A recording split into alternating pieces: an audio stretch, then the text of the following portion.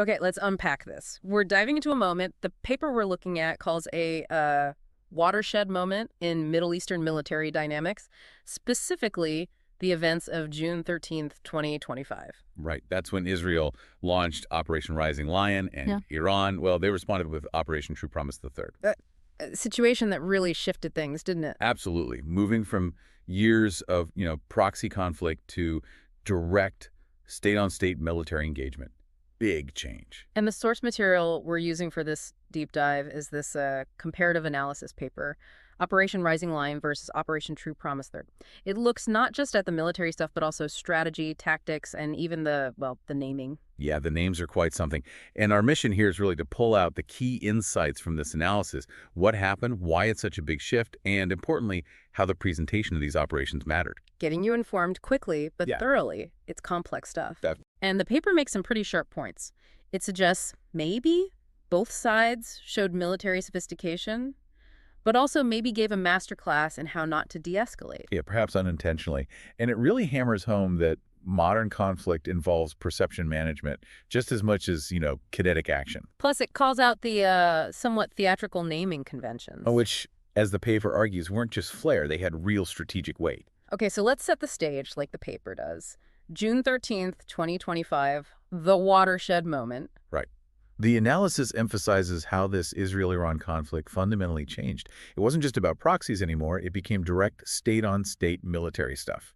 And the paper points to 2024 as when this really ramped up, specifically citing Israel's bombing of an Iranian consulate as a key trigger. Makes you wonder if they sometimes miss the old days of just using intermediaries. Seems simpler, maybe. And the paper sort of implies that.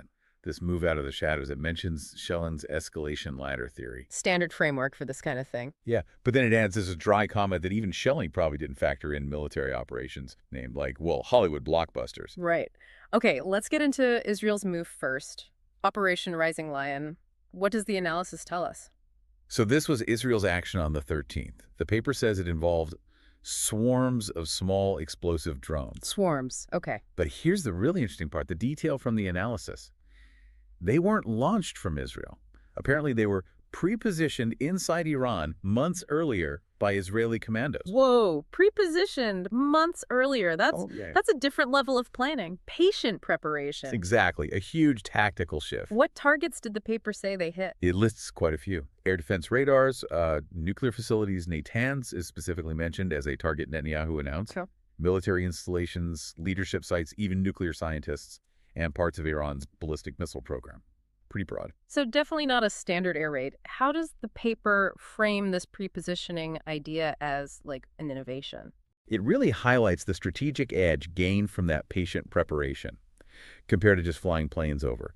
The paper links it to ungentlemanly warfare concepts. Yeah. Basically using asymmetric tactics outside the usual playbook. Ungentlemanly warfare. Yeah, though it adds kind of ironically that when both sides start doing these things, the asymmetry kind of vanishes, right? Fair point. So objectives versus outcomes for Rising Lion. What's the paper's assessment? Objectives were pretty clear. Degrade Iran's capabilities, show they could strike deep. But the paper's initial take is mixed tactical success. Mixed, okay. Yeah, it concludes the strikes likely set back Iran's nuclear program, but then immediately adds, much of the program will remain. Which leads the authors to ask, was the gain worth the inevitable escalatory response? A crucial question. And that inevitable response brings us to Iran's Operation True Promise the Third. That name, the third, tells a story. It really does. The paper explains this is the third in a series of direct retaliations against Israel.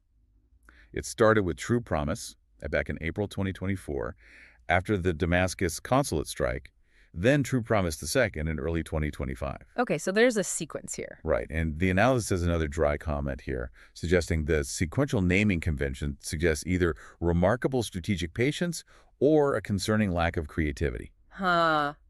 Okay, so continuity, at least in branding. What about the operation itself?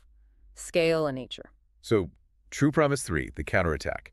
It hit dozens of targets, including military sites and air bases in Israel. And the scale. The paper mentioned numbers. Yeah, it cites IDF estimates of around 150 ballistic missiles fired in 2 waves. But it also brings in figures from Shafak News, an Iranian source, claiming True Promise 3 involved 800 drones and missiles. Wow, 800. That's a huge number. A significant escalation in both scale and complexity, as the paper puts it. Either way, it was big. What was the strategic thinking behind such a massive response, according to the analysis? The paper points to a few things for Tehran. Demonstrating resolve, obviously, both at home and abroad. Satisfying domestic pressure is likely part of it, too. And signaling strength to their allies, the axis of resistance. But the paper also points out some weaknesses or limitations. Yes, and this is crucial. It argues that even with this big response, Tehran's options are actually weaker than before the October 7, 2023 terrorist attacks. Weaker? How so? It suggests Iran's overall strategic position has deteriorated, despite these strikes. The operation also apparently showed up some logistical challenges in coordination and security, and it highlighted the, well, limitations of missile-based deterrence against a technologically superior adversary like Israel. Basically, a lot of missiles might not be enough if the defenses are good enough. Okay, let's put them side by side now, like the paper does, the comparison. How does it contrast their approaches, technologically, tactically? It draws a really clear line.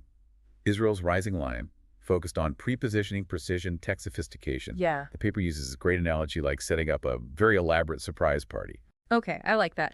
And Iran's True Promise III. That was about mass coordination and sustained fire capability.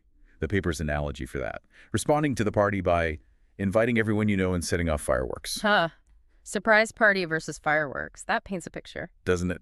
And the paper makes the critical observation that neither approach seemed to have, like a built-in off-ramp. No clear de-escalation plan apparent in the tactics themselves. Which feeds right into this dangerous escalation dynamic the paper warns about. Absolutely. It reinforces that central point about a dangerous trend toward escalatory one-upmanship and the shift to direct confrontation. The paper explicitly states the scale and geographic scope of the violence went up, and it could spread further. Now, back to those names, Rising Lion, True Promise. The paper argues these were also kind of communication tools, perception management. Exactly. This is a really interesting part of the analysis. The names weren't just labels. They were narratives. Rising Lion, you think awakening strength, majesty, right? Yeah. True Promise implies covenant fulfillment, maybe a moral obligation.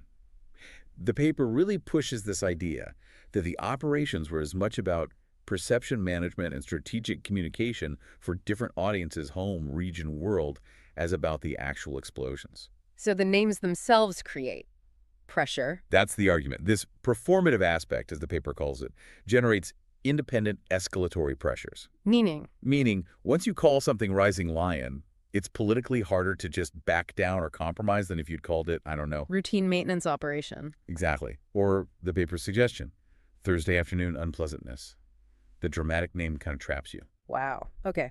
What about broader fallout, regional, international implications? The paper definitely goes there. It talks about the risk of this instability sucking in the United States, even if Washington wants to stay out.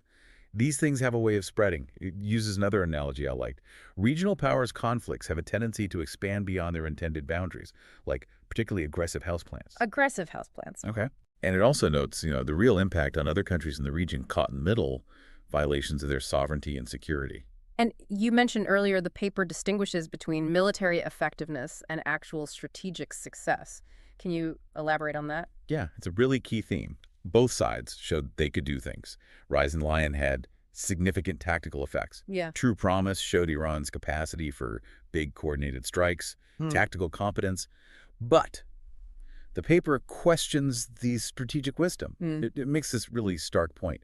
Military effectiveness is not synonymous with strategic success. The author even jokes it should be on throw pillows in defense ministries. Just because you can blow something up effectively doesn't mean it was strategically smart to do it. That's a sobering thought. And all this points towards a new regional reality. That's the big takeaway, according to the paper. We're seeing a new paradigm emerge, one defined by direct confrontation rather than proxy engagement.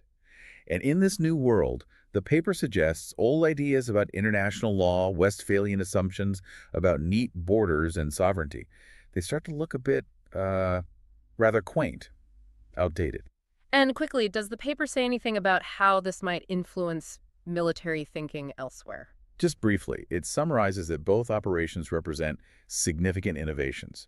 Israel's patient planning, Iran's mass coordination that other militaries will definitely study and learn from way beyond the Middle East. Okay, so let's try to boil this down. If you had to list the absolute key takeaways from this analysis paper, what would they be? Right. The paper really distills it to three main points. First, the era of proxy-only conflict is over. It's now direct military engagement with unpredictable escalatory potential.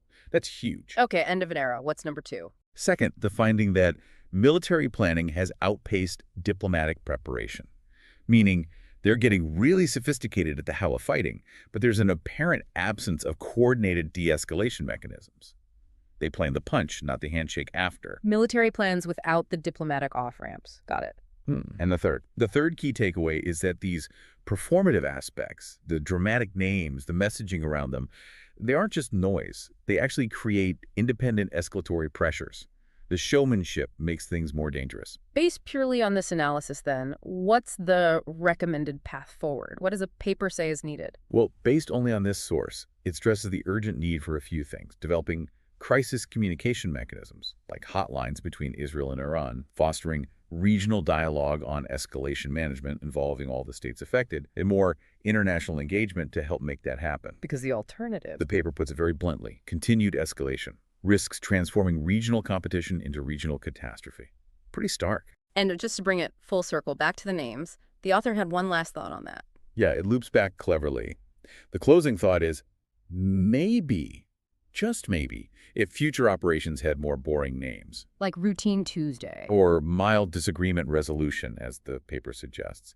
Maybe those less dramatic names would actually make it easier to de-escalate than grand titles like Rising Lion or True Promise. The paper concludes the region desperately needs boring, patient diplomacy. The kind that doesn't get a cool name, but might just prevent the next catastrophe. Boring, patient diplomacy. It doesn't sound exciting, but based on this analysis, it sounds essential. So a final thought for you listening. Given everything we've unpacked from this paper, how does that growing performative aspect of conflict, where names and communication seem so crucial, change how we should think about deterrence and de-escalation? And what really stands out to you about this major shift the paper describes, from the shadow proxy wars to direct state-on-state clashes? Something to mull over.